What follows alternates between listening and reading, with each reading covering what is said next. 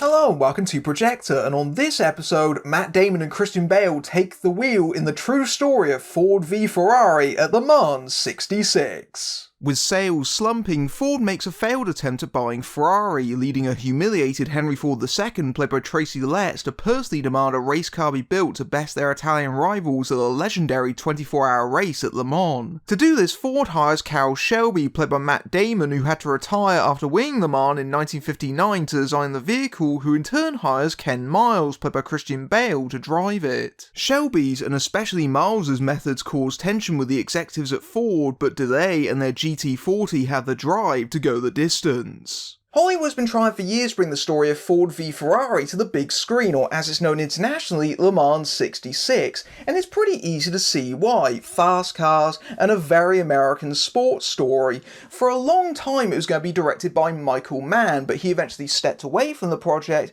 and now is apparently working on his own solo biopic of Ferrari. At another point in the film's development, it was going to be a vehicle for Tom Cruise and Brad Pitt in the lead roles. Now the film arrives, directed by James Mangold, who reteams with Christian Bale, who he previously worked with on the remake of 3:10 to Yuma. Mangold is best known for the Johnny Cash biopic Walk the Line, but he's also fresh off his success with Logan, and obviously Ford v Ferrari is exactly the kind of middle-brow prestige picture that you can only really make these days if you gave the studio a big commercial success beforehand. I do have to admit that when it comes to reviewing this movie, I'm not really a car enthusiast. I'm not really much of a petrol head, but I think it says something about how much Ford v Ferrari is very much pitched at a mainstream wide audience that isn't really much of a problem, and actually I found myself enjoying it a little bit more than I expected to. Ford v Ferrari hangs on a rather curious contradiction. It wants to think of itself as an underdog story. It has all the tropes that we associate with sports films of that type, but it also plainly isn't, because the little guy is the biggest car company in America. They're not little by any operative sense of the word. In fact, it's actually the polar opposite of how these stories usually go, because Ford is all about mass production and putting out as many cars as possible, whereas Ferrari is about chasing perfection and having individual craftsmen work on every single bit of the car. As someone else points out in the movie, Ford makes more vehicles in a day than Ferrari does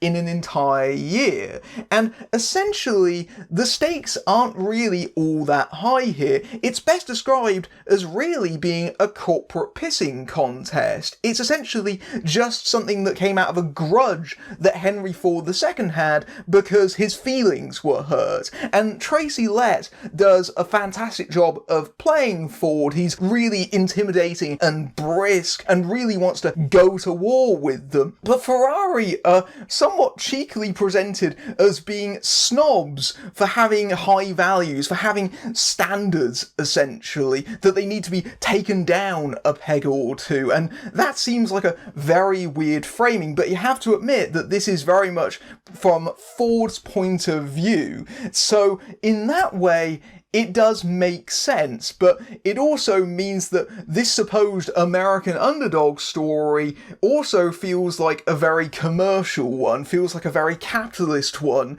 in many, many ways. There's not really that much importance here other than Ford's own reputation. And it's essentially a PR stunt. It's Ford trying to bolster their image as being cool and sophisticated by winning it from Ferrari when they couldn't outright buy them in the first place. And on some level, the movie does seem aware of all this, because Ferrari aren't just painted as the villains here. To some level, it's also the internal corporate bureaucracy at Ford itself. While I give a blank check to the car makers to produce a winning vehicle, they're also constantly interfered with higher-ups and executives that think they know better, even though they don't, who all want to have their little individual touches on it. Chief among them is Josh Lucas, in a Josh Lucas role of a smarmy suit, someone who who has taken control of the racing program and largely decrees orders essentially for either publicity purposes or just to outright spite them, especially directed towards Miles, who he has a particular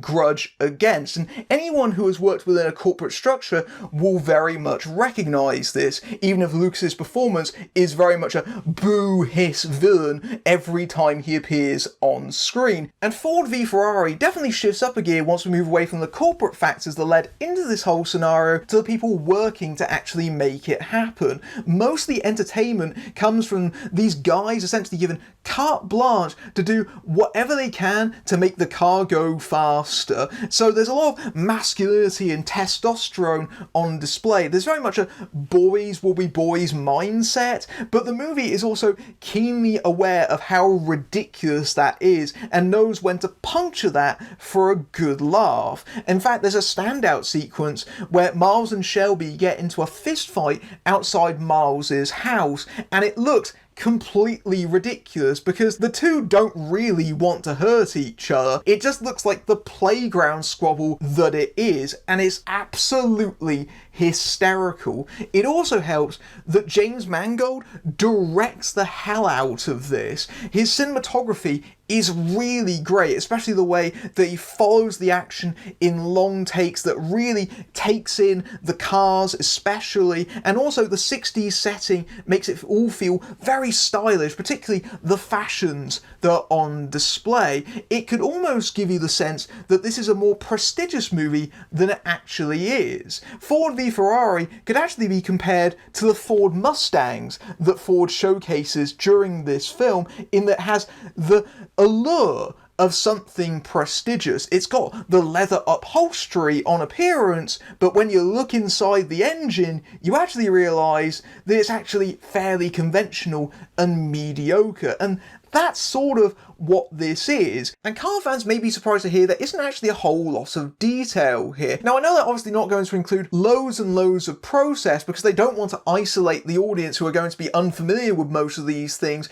but you would have thought they'd include a little bit more than they do, because essentially all the scenes where they're building the car come down to, what does that do? Makes the car go faster. What does that do? Car goes faster. That answers all the questions, essentially. Makes the car go faster. It feels very simplified on that level. There's not even a token attempt to try and include some level of technical detail, even in passing. The movie's also backed up by the charisma of its leads. The ever-reliable Matt Damon adopts a southern twang as Carroll Shelby, but otherwise relatively underplays it. And this makes sense considering that he's trying to reinvent himself as a corporate man. He has to report to the higher-ups at Ford. Damon's best moment in the movie actually comes in one of these scenes where he reports to Henry Ford II about all the things that they've accomplished in spite of their apparent failure. But otherwise, Damon is stymied by the fact the script undercharacterizes Shelby. The movie opens with Shelby winning Le Mans and then having to retire shortly afterwards because of his heart condition, but the movie never integrates that into the drama properly. You would think that Shelby would feel in some way conflicted or regretful about the fact that he couldn't be in the driver's seat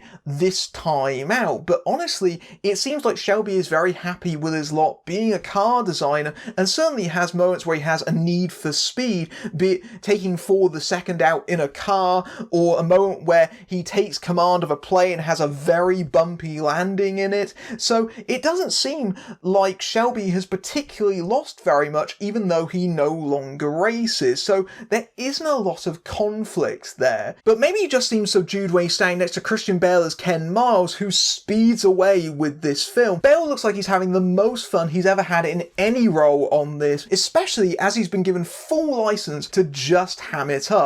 Bale's performance is pitched to the level of, "Blubber neck, the car in front of me just blew up," as if Mangold was sat in the seat next to him poking him the entire time going, "More colloquialisms please, I don't think he's British enough." And to a certain extent, it does also play on Bale's own reputation of being a hot-headed perfectionist who can rub people the wrong way, and on that level, I think that Bale is very much enjoying himself, and a lot of the entertainment comes from Bale's turn. return. I think that every time he appears on screen, he gave me something to smile about, especially because his performance is pitched fairly broad, but there is also still a certain amount of humanity to it. You're very much endeared to him, and that's partially because they fill in a lot of his family life. And in a movie which really doesn't have a lot of room for women, I think it says a lot that Katrina Balfe, best known for TV's Outlander, makes a sizable impression playing Miles's wife Molly. In fact, one of the best scenes in the movie is her taking the wheel both figuratively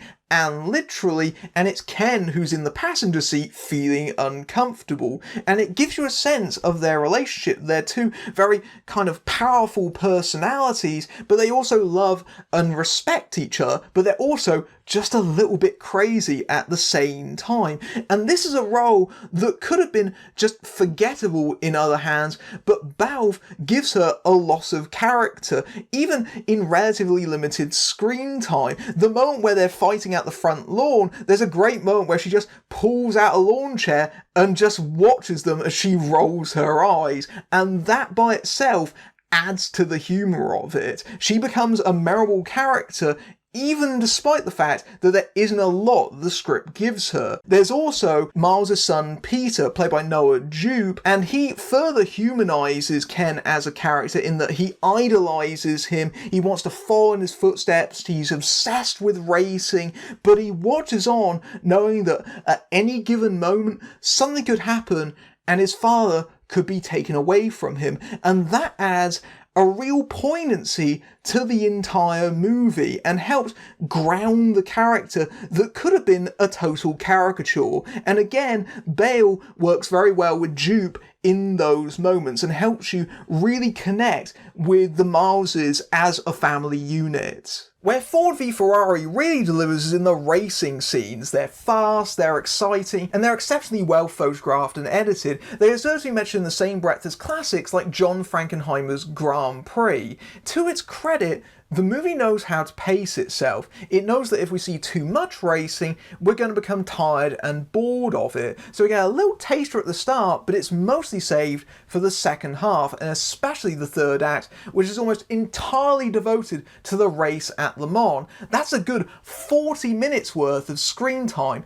and that by itself is remarkable because you could very easily misrepresent the race and not make it feel as long as it genuinely is, but you really do get the sense in the movie that it's the endurance test that's supposed to be. It feels long, but not in a way that feels draining. Even though this is a fairly lengthy stretch of the movie that is almost totally devoted to the on-screen racing action, I was always kept engaged and I was always at the edge of my seat. That's also because Mangold makes sure that you know that there's always a palpable sense of danger about the entire thing, that at any given moment something could go wrong, something could go very horribly wrong. Even in the periphery of Miles's racing, you could see other drivers crashing, having other accidents, or their cars will suddenly blow up. There's a real sense of unpredictability the entire time. You never quite know if anyone is really truly safe. There's always that sense of threat in the back of your mind. And that was what it was like watching motor racing at that time. There was a sense of genuine tragedy hanging over it, but also that these men were game changers, that they were pushing themselves and their cars to the absolute limits, and that competition drove innovation. And seeing that process going into the race makes it all the more exhilarating. I'd almost compare it to the fight at the end of a Rocky movie, in that we've seen the characters train, i.e. build their car, and now they got to figuratively step into the ring with Ferrari and see if they can not only go the distance, but come out on top. And when the movie is deliberately designed to be as crowd-pleasing as this one is, that seems like a very valid comparison. I will say though, the movie goes on a lap too long. It goes past the point where it really should have ended, and then it does start feeling like it's 2.5 hours long in a way that hadn't been before. It tries to go for a more bittersweet note instead of a more triumphant one, and that doesn't really work. The movie doesn't spend enough time on that to make it land properly, and it just leaves the ending feeling a little bit more confused. It does feel like an epilogue that should have really been excised. I can understand why they include it, but it just simply does not work. It's just simply a stretch of road too far. Ford v Ferrari is entertaining, even if you're someone like me who isn't necessarily a car nut, and it's well made enough to fool yourself into thinking that it's great. In terms of recent racing movies, the obvious point of comparison is Ron Howard's Rush, and I think that's a better movie than this one, because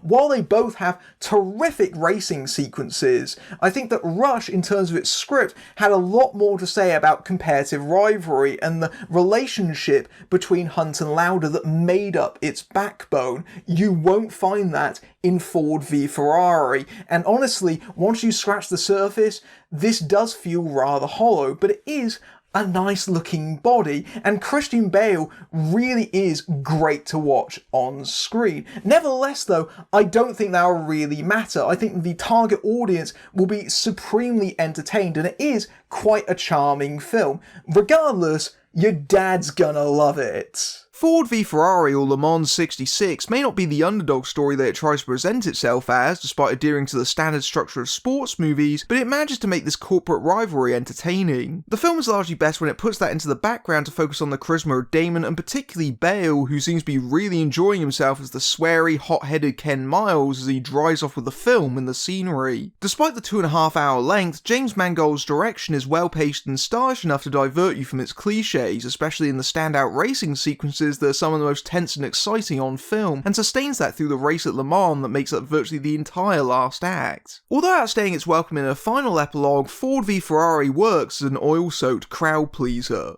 If you like this review, then speed on over to my Patreon, where you can see my reviews early among other perks, including access to my Discord server. But until next time, I'm Matthew Buck, fading out.